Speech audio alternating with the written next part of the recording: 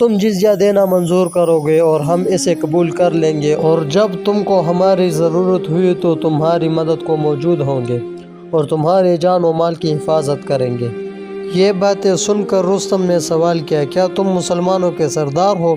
حضرت ربیع رضی اللہ تعالیٰ عنہ نے جواب دیا، نہیں، میں تو ایک معمولی لشکری ہوں، لیکن ہم میں سے ہر ایک شخص وہ ادنیٰ اعلیٰ امیر کی طرف سے حکم دے سکتا ہے۔ پھر کچھ اور باتوں کے جواب میں مسلمانوں کے سفیر نے فرمایا، یہ پل سیدھا دشمن کے سینے کو چیرتا ہوا پار ہو جاتا ہے۔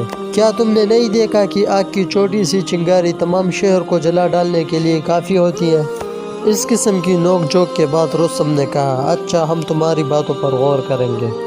دوسرے روز پھر رستم نے مسلمانوں کے سفیر کو طلب کیا، لیکن کسی فیصلے پر نہ پہنچ سکے۔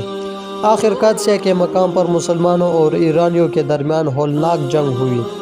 یہ جنگ کئی روز تک جاری رہی، جس میں مسلمانوں کو شاندار فتح ہوئی اور اس جنگ نے ایرانی سلطنت کی کمر توڑ دی۔ قادسیہ کی شاندار فتح کے بعد حضرت سعد رضی اللہ تعالیٰ عنہ نے میدان جنگ کا ہنگامہ ختم ہونے کے بعد مال غنیمت فراہم کیا۔ ساتھ ہی عمر فاروق رضی اللہ تعالیٰ عنہ کی طرف فتح کی خبر دے کر ایک تیز رفتار سوار روانہ کیا۔ دوسری طرف قادسیہ کی جنگ کے سلسلے میں عمر فاروق رضی اللہ تعالیٰ عنہ کا حال یہ تھا کہ روزانہ صبح اٹھ کر مدینے سے باہر دور تک نکل جاتے اور قادسیہ کے قاصد کا انتظار کر کے دوپہر کے بعد مدینہ میں واپس آ جاتے تھے۔ حسب دستور جب وہ باہر مدینہ سے تشریف لے گئے تو دور سے ایک سوار نظر آیا۔ اس کی طرف لپکے، قریب پہنچ کر دریافت کیا، کہاں سے آئے ہو؟ آنے والے قاصد چونکہ حضرت عمر فاروق رضی اللہ تعالیٰ عنہ کو پہچان نہ سکا، ان سے ملاقات نہیں ہوئی تھی، ان کو بھگائے ہوئے کہنے لگا، میں قادسیہ سے آ رہا ہوں اور خوشخبری لایا ہوں کہ اللہ تعالیٰ نے مسلمانوں کو فتح عطا کی ہے۔ قادسیہ کی شاندار فتح کے بعد شکست خوردہ ایرانی بابل کی طرف چلے گئے، لیکن مسلمانوں نے ان کا تعاقب کیا اور شکست خوردہ ایرانی لشکر وہاں سے بھاگ کر بحرہ شہر کی طرف چلے گئے۔ بحرہ شہر ایک مقام کا نام تھا جو ایران کی مرکزی شہر مدائن کے قریب ایک زبردست قلعہ اور شہر تھا۔ یہاں ایرانیوں کا ایک خاصا بڑا لشکر تھا، چنانچہ اسی شہر کی طرف اسلامی لشکر بڑھا۔ یہاں بھی ایرانیوں کو بدترین شکست دی۔ بحرہ شہر چونکہ مدائن کے قریب تھا، لہٰذا یہاں جب ایرانیوں کو شکست ہوئی تو اس کی وجہ سے ایرانیوں کا شہنشاہ یزدگرد اپنے مرکزی شہر مدائن کو چھوڑ کر بھاگ گیا، لہٰذا مسلمانوں نے اب مدائن کا رخ کیا۔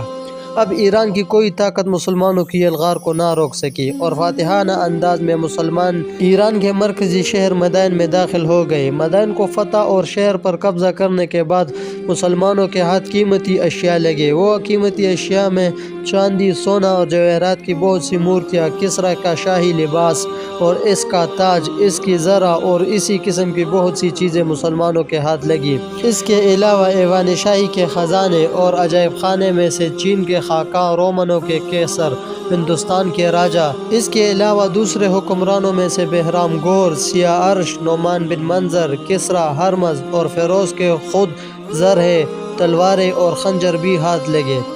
ان سب چیزوں سے بڑھ کر جو نوادرات اور عجیب شے مسلمانوں کے ہاتھ لگی وہ کسریٰ کا فرش تھا جو بہار کے نام سے موسوم کیا جاتا تھا۔ یہ فرش 9 گز لمبا اور 10 گز چوڑا تھا۔ اس میں پھول، پتیاں، درخت، نہریں، تصویریں، غنچے سب سونے اور چاندی کے بنے ہوئے تھے۔ ایران کے حکمران جب موسم بہار گزر جاتا تو اس کی یاد میں اس فرش پر بیٹھ کر شراب نوشی کیا کرتے تھے۔ جب یہ تمام چیزیں مدینہ منورہ میں حضرت عمر فاروق رضی اللہ تعالیٰ عنہ کی خدمت میں روانہ کی تو مدینہ کے لوگ ان چیزوں کو دیکھ کر حیران رہ گئے۔ مال غنیمت میں سے جو کچھ عمر فاروق رضی اللہ تعالیٰ عنہ کے پاس مدینہ پہنچے وہ سب آپ نے لوگوں میں تقسیم کر دیے۔ ایران کا جو قیمتی سونے، چاندی اور جواہرات کا فرش تھا، اس کی نسبت عام لوگوں نے یہ رائے دی کہ اس کو تقسیم نہ کیا جائے بلکہ وہ جیسا ہے ویسے ہی رکھ لیا جائے، لیکن اس موقع پر حضرت علی رضی اللہ تعالیٰ عنہ نے فرمایا، نہیں، اس کو بھی تقسیم کر دیا جائے۔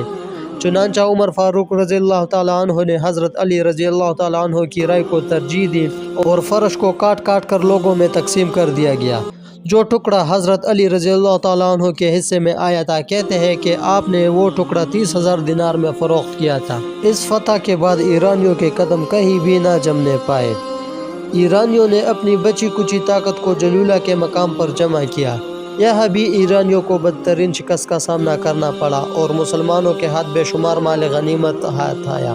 یہ سارا مال جس میں جواہرات کے انبار اور انتہائی درجہ قیمتی اشیاء تھی، کہتے ہیں کہ یہ چیزیں جب مدینہ پہنچی تو دولت کے اس انبار کو دیکھتے ہوئے حضرت عمر فاروق رضی اللہ تعالیٰ عنہ رو پڑے۔ ان کی یہ کیفیت دیکھتے ہوئے حضرت عبد الرحمن بن عوف رضی اللہ تعالیٰ عنہ نے فرمایا، امیر المؤمنین یہ تو مقام شکر ہے، آپ روتے کیوں ہیں؟ جواب میں عمر فاروق رضی اللہ تعالیٰ عنہ نے فرمایا، اللہ تعالیٰ جس قوم کو دنیا کی دولت عطا فرماتا ہے اس میں رشک اور حسد بھی پیدا ہو جاتا ہے، اور اس لیے اس قوم میں تفرقہ پڑ جاتا ہے۔ پس مجھ کو اس وقت اسی تصور نے رلا دیا تھا۔ عمر فاروق رضی اللہ تعالیٰ عنہ کے سنہرے دور میں جلولہ کی فتح نے ایک طرح سے ایرانیوں کی طاقت اور قوت کی کمر توڑ کر رکھ دی، اور ایران پر مسلمانوں کا قبضہ مضبوط اور مستحکم ہو گیا۔ کہتے ہیں کہ اس سے پہلے کسی مسلمان یا کسی دوسرے مذہب کے لوگوں نے ایران کو فتح نہیں کیا تھا، مسلمان ہی وہ واحد قوم ہے جس نے ایران کو فتح کیا اور اس کی بادشاہت اور سلطنت کو ختم کر دیا۔ اس کی وجہ سے یہ لوگ صحابہ کے خلاف ہیں۔ تو یہ کچھ وجوہات ہیں جس کی بنا پر ایرانی لوگ صحابہ کرام کے خلاف ہیں۔ ویڈیو پسند آنے کی صورت میں لائک اور شیئر ضرور کریں۔ Thanks for watching this. اپنا خیال رکھیں۔ اللہ حافظ۔